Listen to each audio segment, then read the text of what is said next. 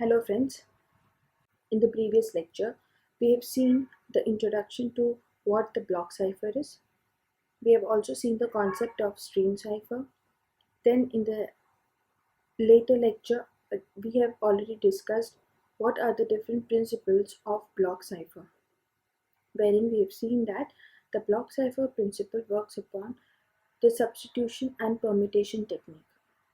So the block cipher principle works upon the product cipher.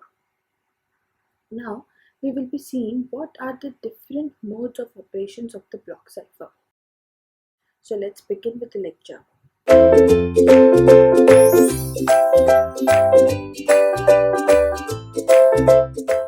We have already discussed what is the meaning of block cipher in the previous lecture. Again, we will go through it. In the cryptography, block cipher is considered as an encryption algorithm which takes fixed size of input, say B bits, which then produces the same size of the ciphertext, that is of B bits again. And if the input is larger than B bits, it is again then further divided. Again, on the divided portion, then the encryption process takes place with the help of the block cipher encryption only. And the block cipher algorithm is considered as the basic building block for providing security to the data.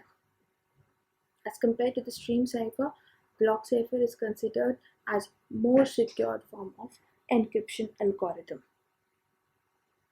To apply block cipher in variety of applications, NIST has defined different modes of it, and NIST has defined total 5 different modes of operations of the block ciphers. What NIST is?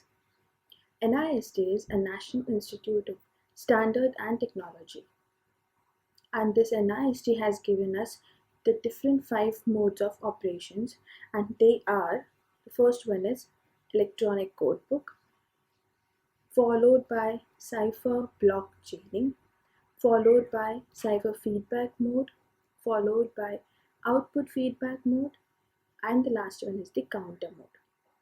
We'll be seeing each one by one. The first block cipher mode of operation is electronic codebook. Electronic codebook, which is abbreviated as ECB, is considered as the easiest way of block cipher mode for the functioning. It is easier. Why? Because of direct encryption of each block of input, plain text, and output is in form of blocks of encrypted ciphertext.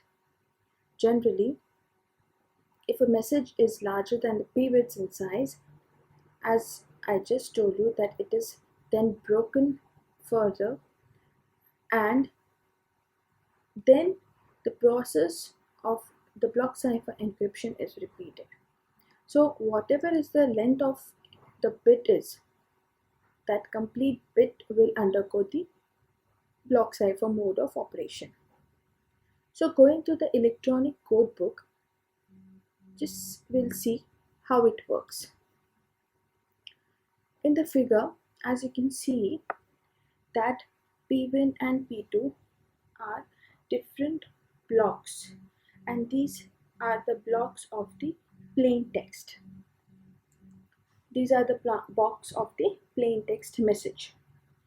Then every block is converted into the ciphertext. This conversion is taking place with the help of the encryption process. As we can see here, P1 is one block, P2 is another block. P1 is undergoing the process of encryption, P2 is undergoing the process of encryption. For this encryption, we do require a key, that is a K. Once the encryption process takes place, P1 block gets converted into the C1 ciphertext, P2 block gets converted into the C2 ciphertext. Similarly, n number of blocks of your plain text will then be getting converted into the respected number of the ciphertext blocks. For the decryption process, again, the C1 ciphertext block will be then undergoing the decryption process with a key, the same key, which will then give you the plaintext block back. And the number of ciphertext blocks which have been occurred to the process of encryption, or which we have got to the process of encryption, will then be decrypted to get your plaintext back. So this is a very simplest form of block cipher mode of the function, block cipher mode of the operation, wherein directly the block of your plain text is getting converted into the ciphertext with the use of a key. The advantage of using electronic codebook is parallel encryption of the blocks of bits is possible, and it is a faster way for encryption and a simpler way also. Disadvantage of using ECB: as it is simple, it is prone to cryptanalysis since there is a direct relationship between the ciphertext and the plaintext. Now, the next one, Cipher Block Chaining mode of operation. It is also summed up as ECB. ECB compromises with some security requirements. What happens in the ECB is the previous cipher block is given as input to the next encryption algorithm after XOR with the original plaintext block. We can see here in the figure that a plaintext block is there, P1. It is first XORed. It is first XORed with an initialization vector, that is IV. A cipher block is produced by encrypting a XOR output of the previous cipher block and present plaintext block. So, after the XORing with the initial vector, then the encryption process of the plaintext block takes place with the help of the key. You get a ciphertext block C1. Then in the next step, that is for the conversion of, or for the encryption of the plaintext block 2, what happens is, instead of using the initialization vector which was used in the first step, the ciphertext block which we get as the output of the first step is then given as the input to the XORing function for the second block of the plaintext. So here P2 will then be XORed with the ciphertext block in the previous step, then it undergoes the encryption process, and then we get the ciphertext block 2. And the same process is continues till the last block of the plaintext undergoes the encryption process to get the ciphertext block, right? And in the next step, in the decryption process, what happens is the ciphertext block undergoes the decryption process with the key, and after the decrypted text, it then undergoes the XORing functionality with the initialization vector. The initialization vector was first introduced, or we can say the initialization vector was first used in the first step of the plaintext block for getting converted into the ciphertext. Similarly, here also, when the decryption takes place, the decryption process is also considering the same initialization vector here for the conversion of ciphertext first block into the first plaintext block.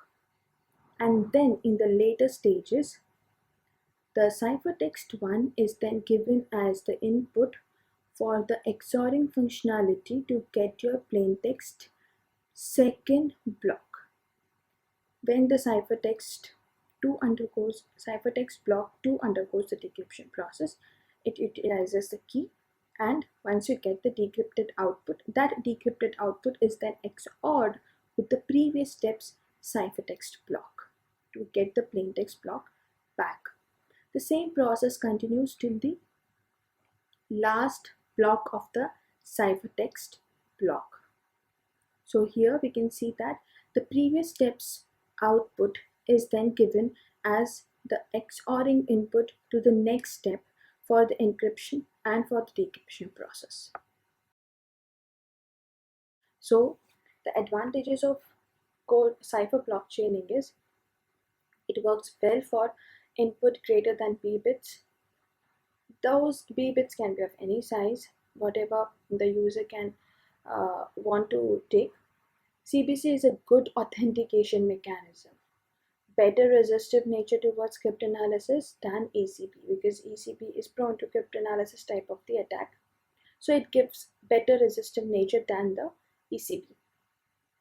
One disadvantage it has that parallel encryption is not possible since every encryption requires the previous cipher.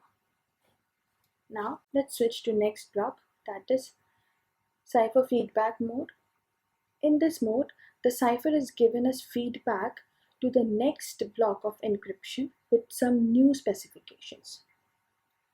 And those new specifications are, first one is an initialization vector is used for the first encryption, and the output bits are divided as a set of S and B bits. The left-hand side S bits are selected and are applied an XOR operation with the plain text bits. You'll get a clear idea when we will see its figure. The result given as input to the shift register, and then the process continues. If we go through the figure of it, we can see here is first the initialization. This process of cipher feedback mode is a bit different and it's a bit complicated than that of the previous ones. Here what happens is, first the initialization vector is used for the encryption, and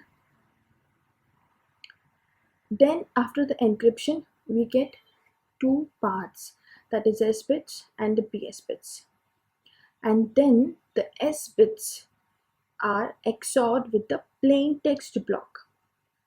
That is, the first plain text block is then XORed with the S bits only to get your ciphertext block. And then that ciphertext block from the first step is then given as the input to the next step for the shift registers.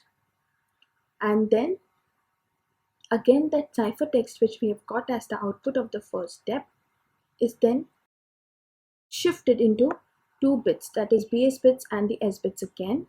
And then in the next step, BS bits undergoes the encryption process with the key, and then whatever the output we get is then again converted or is then again separated into S bits and the BS bits, and then again the S bits will be XORed with the plain text block 2 to get your ciphertext block 2. And this process continues for the last block of your plain text. So here, before encryption, the shift registers are used, and the shift registers helps to shift the bits of the blocks, to shift the bits of the ciphertext block of the previous step's output. And in the decryption process, the same thing happens. First the initialization vector is used, and that initialization vector will be then encrypting. Here instead of decrypt you can see the encrypt, because the initialization vectors are used and the shift registers are used here, because the bits are being shifted left to right, left side and the right side, and then every left side is undergoing the process of encryption. So in the same manner the decryption process will also takes place to get your all the plain text blocks back. So the result given as the input to the shift registers, and the process then continues. The encryption and decryption processes follow the same. Both of them use the encryption algorithm itself. For decryption also it uses the encryption algorithm to get your plain text back, because here we are shifting the bits of your ciphertext. Advantage of cipher feedback mode is there is some data loss due to shift registers, and thus it is difficult for any crypt analysis type of the attack. This is the output feedback mode, the fourth mode of operation of the block cipher. This mode follows nearly the same process as the cipher feedback mode, only that it sends the encrypted output as the feedback instead of the actual cipher with its XOR output.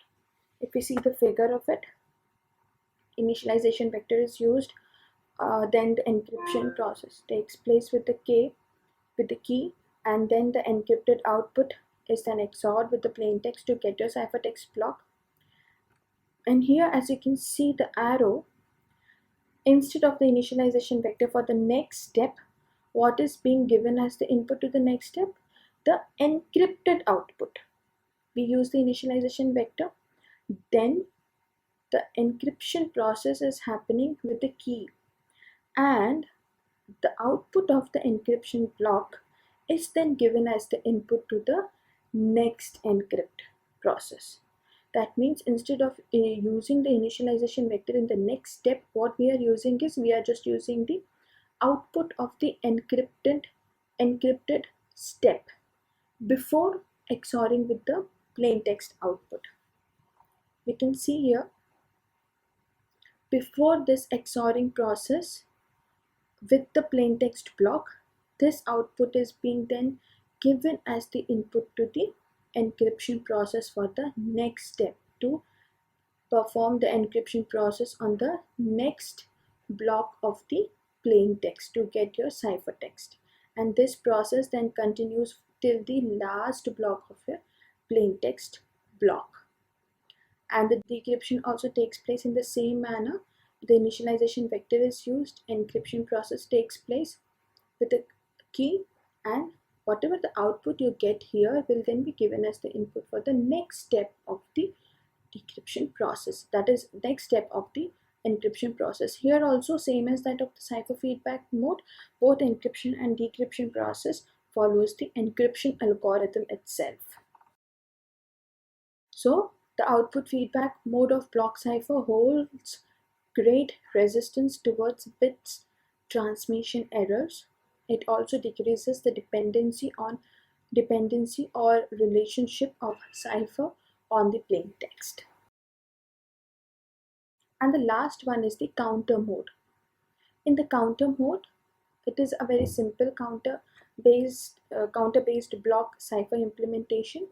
Every time a new counter is initiated for the encryption process, and then it is input to the XOR with the plain text, which results into the ciphertext block. Here in the figure itself, you can see that for every step a counter is initiated. It is then used for the encryption process with the key. Whatever the output we get is then XORed with the plain text block to get your ciphertext block. Nothing is being then transferred to the next step. For the next plain text block to undergo the encryption process, the next counter is initiated and we get the ciphertext block. The same process takes place till the last block of the plain text block. And for the decryption also, the counter is initiated and the ciphertext blocks are converted into the plain text block. So guys, these are the 5 different modes of block cipher operations, and these modes are selected depending upon the usage of the data, depending upon the security of the data, and these block cipher modes or operations are being used depending upon the need of the hour. Guys, I just hope you might have got all the 5 concepts of block cipher modes of operations. Thank you.